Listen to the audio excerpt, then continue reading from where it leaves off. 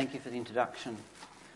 When Michelle asked me to come and speak, I wasn't quite convinced whether it was because the Northern Territory is very interesting around water management or whether South Australia still has some sort of colonial interest in the Northern Territory. But I assume it's because water is very interesting in the Northern Territory, so I'll take it from there.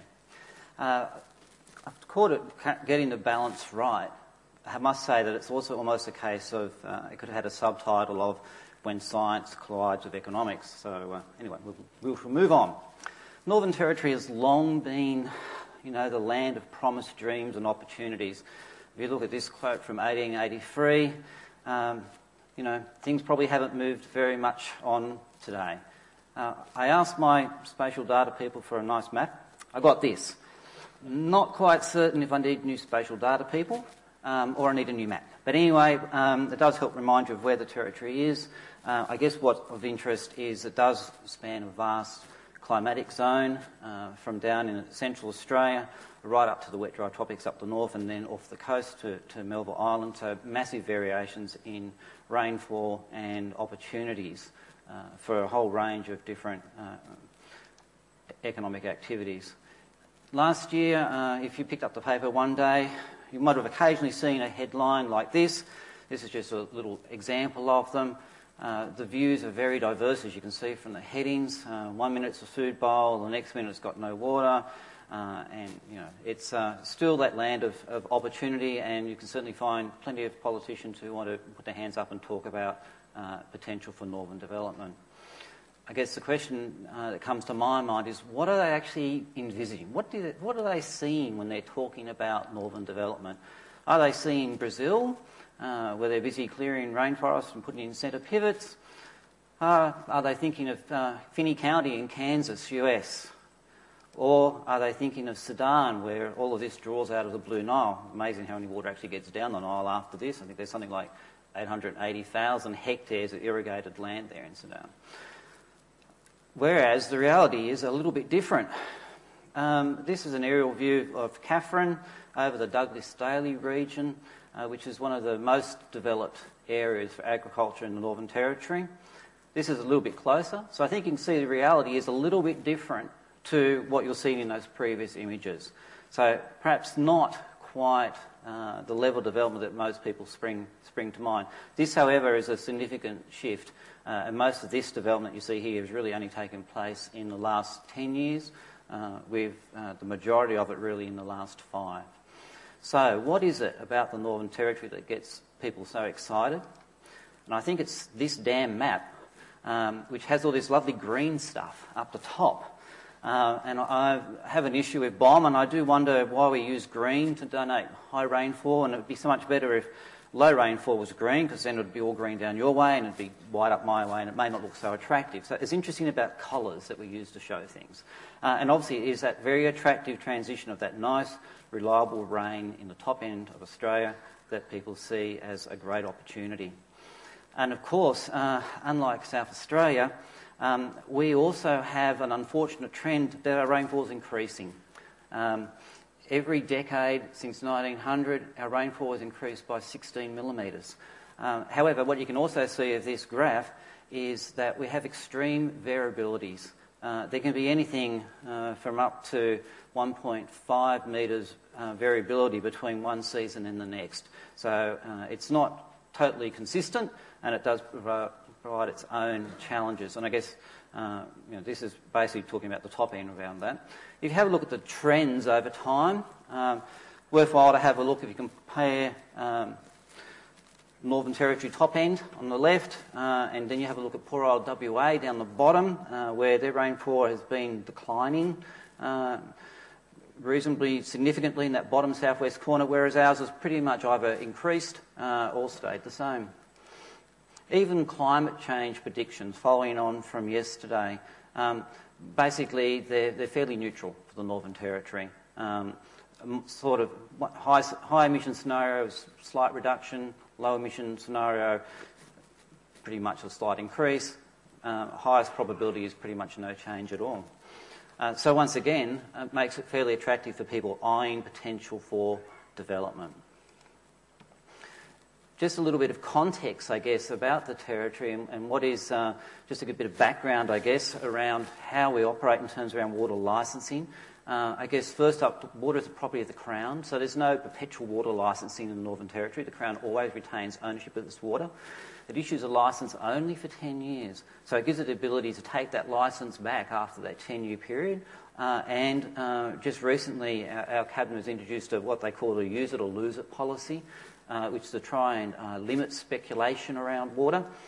Which means that if you get a licence, you've got to start using it within the first 3 years, and if you don't use it or you don't use enough percentage of it, then it actually either gets reduced or it gets taken back to you.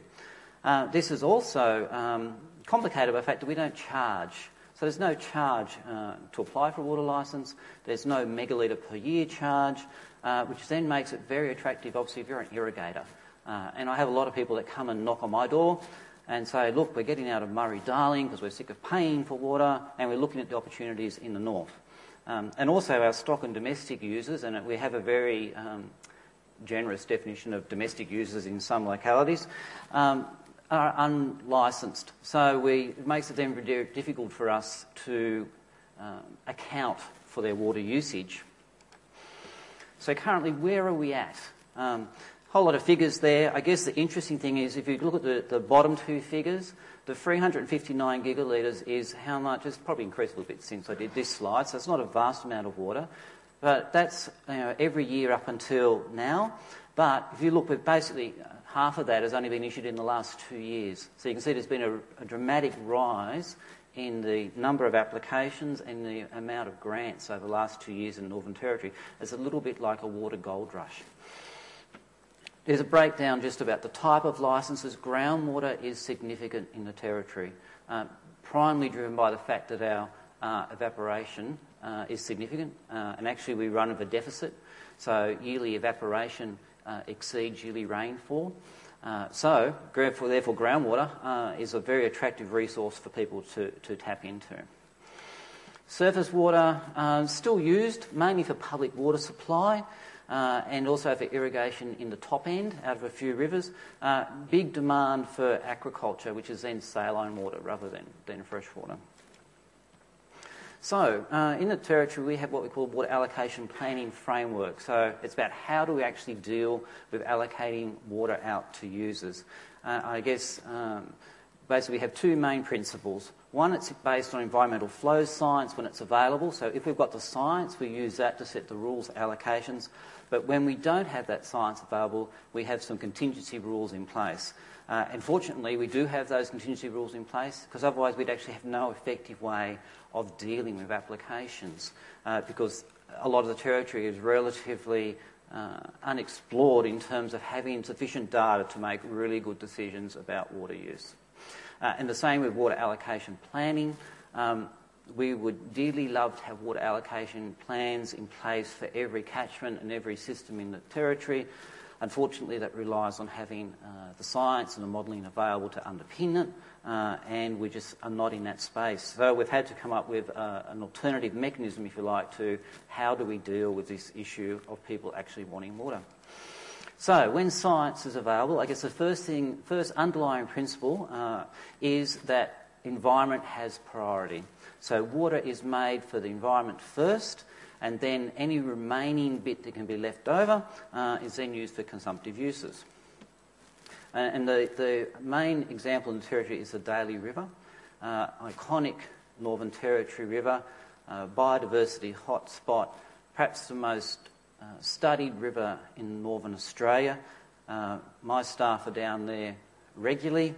I think it's probably got more to do with dot point number 3 in the barramundi fishing than it actually has to do with the water quality. And you can't go down there in the dry season without falling over researchers, basically. But it is a very significant system. And what is unusual about it is the fact that it's largely driven by the groundwater system. So wet season, it's rain runoff, and then for the rest of the year it relies on groundwater to keep on flowing. There's some long-established environmental flow research for the Daly River.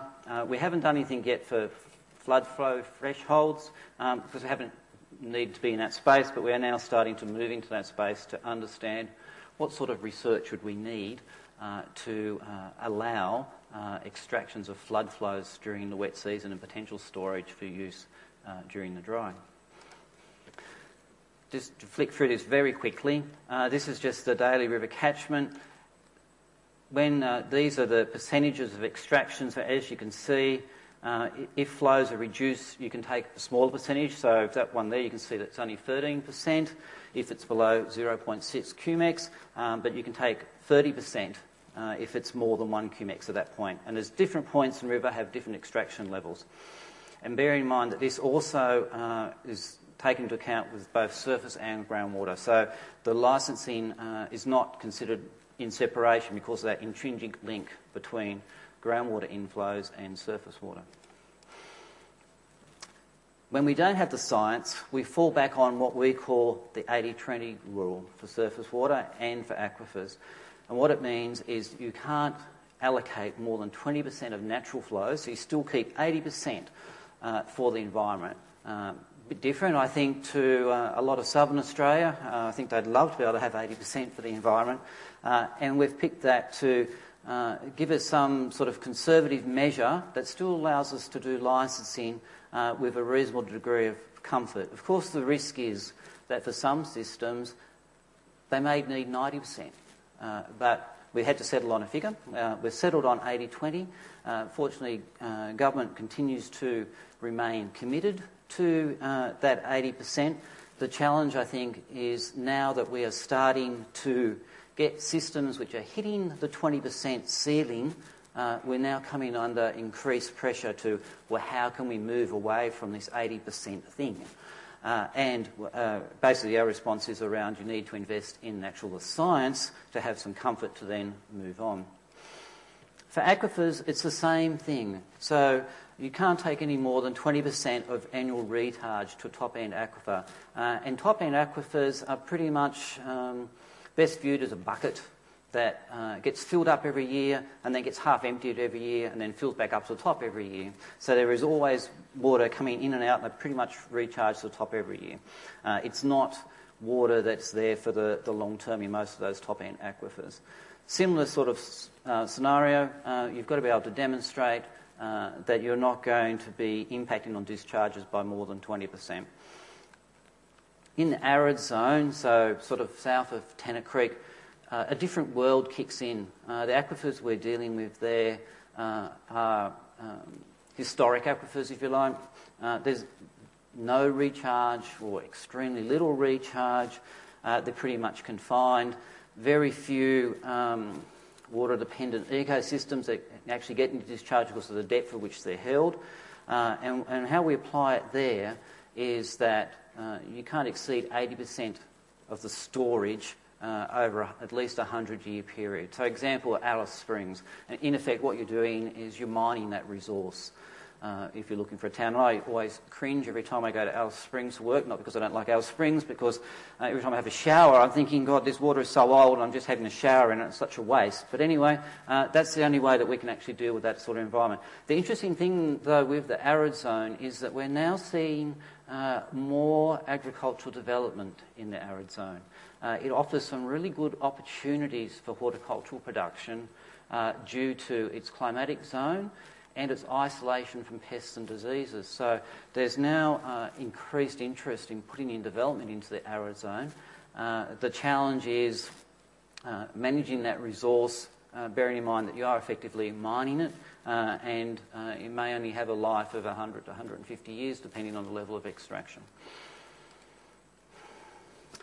This cartoon is really not a territorium, I'm afraid. I'd have to put him in shorts, and there have to be barramundi there, and there probably have to be termite mounds in the background. But it does emphasise the point that water allocation planning is easy as long as it rains. But as soon as you have a dry season and poor rainfall, that's when all of the tricky politics start to come into play. How we deal with it in the Northern Territory to deal with this idea of climatic variability, and if you can cast your mind back to my rainfall chart right from the beginning, you would have seen there were some years where there was in excess of 2 metres of rain, and then there were some years where there was only 500 millimetres of rain, so there's a significant difference, and obviously that has an effect on flows in rivers and recharge to aquifers. So what we do is we still say that each year 80% of the flow or recharge has to be retained for the environment. So if you then add on top the licensed extractions, if it goes over the amount of water that's available in the system, they're then reduced until it comes back down. So we only maintain total security for the environment and the public water supply. We've been in the fortunate situation over the last 5 years that we haven't had to reduce any actual growers. We've had to reduce the, funnily enough, a supply to one of our water authorities, but we haven't actually had to reduce the supply to any of the growers. And I think the challenge will come to us is whether the political world will be able to hold their nerve when the time comes when we actually have to say to people that you will need to reduce your production this year because there's not enough water in the environment. And it becomes around that politics around, should the environment also take a hit? This sort of thing. It is a very difficult one. And we're working very closely with industry to explain the process for how this works, the implications for them. But I still have some caution around the day when I have to go knocking on their door and tell them that I'm sorry, that once you get past July, you're going to have to reduce your water use by 50% and see how well that goes down. So I think that is a particular challenge for us to face, is around these seasonal allocations. Wonderful theory, but I think it'll be a little bit difficult to put into practice when push comes to shove. Probably easier with annual crop growers, a little bit more difficult if you're dealing with orchards and farm forestry and that sort of thing. So I guess the remains to be seen where we go with that one. So what are we also doing to look into the future, bearing in mind the amount of pressure that we have on our water resources in the Territory and the fact that we are starting to get to a lot of systems where we're hitting the available limits of those annual recharges that can be accessed during the dry season. Last year, the Northern Territory Government invested $2.8 million in a program of what we call land and water suitability assessment across the Territory. So I guess from my perspective, it means I have people going out and drilling holes in the ground, trying to find water, understand a little bit more about the behaviour of some of our aquifers, to potentially identify some new precincts for agricultural development. The benefit of doing that is not only do we get a diversified area of production, but we also take some of the pressure off some of the existing areas. So that's a fairly exciting and big commitment by the Northern Territory Government to invest in these new precinct development investigation. They've recently backed it up with another $2 million for investment into a new drilling rig, which is a fairly significant investment for our jurisdiction, so that we can continue to roll out that program across the Territory. And it does actually have a lot of potential to unlock new areas for development. The other thing we're trying very hard to do is to establish some new research partnerships. I was just chatting to Tim before, and there's been a lot of research that's happened over very many years in the Territory, probably like every other jurisdiction, into water, water ecology. However, it hasn't always been targeted or of benefit for water managers such as myself to help inform some of our decision making. And so we're hoping to establish some new partnerships so that we can then get some science directed towards the areas that will fill those knowledge gaps and then still allow us to make the best sustainable use of our water and to hopefully avoid some of the mistakes that have happened elsewhere over very many years. Conjunctive use is a little bit of a new thing in the Territory, fairly untried, and there's two aspects that we're particularly interested in. One is the ability to harvest wet season flows. So that doesn't mean sticking a dam across the river. It may mean, however, extracting some of the peak flows off the top of the wet season flows, storing it for use early in the dry season to reduce some of the extraction of the aquifer and then supplementing it with aquifer extraction later on in the season. In the southern zone, obviously there's potential for managed aquifer recharge. In the north, there's probably not as much potential for managed aquifer recharge. The main difficulty being that the time that you've got water available to put into the aquifer is actually the same time that the aquifer is actually full. It has no capacity to receive. So for the top end, probably not such an option, but as you move further south, probably something that we can well worth looking at. Water efficiency, and the whole water efficiency is tied up really with the fact that water's still free. So there's no incentive, in effect, for a grower, apart from the cost for them trying to reduce their pumping costs, to look at new ways to reduce the amount of water that we need. So part of it is about actually getting our policy settings right, introducing some sort of pricing mechanism, which is always a little bit of a difficult thing for governments to get over. Thankfully, our government is quite interested in this aspect, that we can actually realise some value for our water, and that can be put back into managing the actual costs of managing the resource. And also looking at flexible ways that we can use that allocation. So these may be the type of allocations that you can only get an allocation once every 10 years, and they may be then targeted particular areas where they can put an annual crop in, and then the other time that land is used for pastoral uses, for example. So it allows some of that diversification. So I guess just in summary around the Northern Territory, certainly our water resources have the potential to support increased agricultural production. We still consider that there's probably capacity to quadruple the agricultural production in the Northern Territory from irrigated sources. However, it needs to be done in a considered, careful manner with the science to underpin it. And unless that happens, then we run a real risk of making some significant errors, which will be very hard to fix in the long run. It could be very, very expensive. So the key really is to refining our knowledge base, so targeting our research, linking back our monitoring into our allocation process so that we can actually see how we're performing, getting our policy settings right. So that's both making certain that we can allocate water to users, we can guard against water baking and speculation, but still have flexibility within the market. Looking at new production systems which are actually focused on the north, so bringing in new technology and new systems that can actually make better use of our unique climate.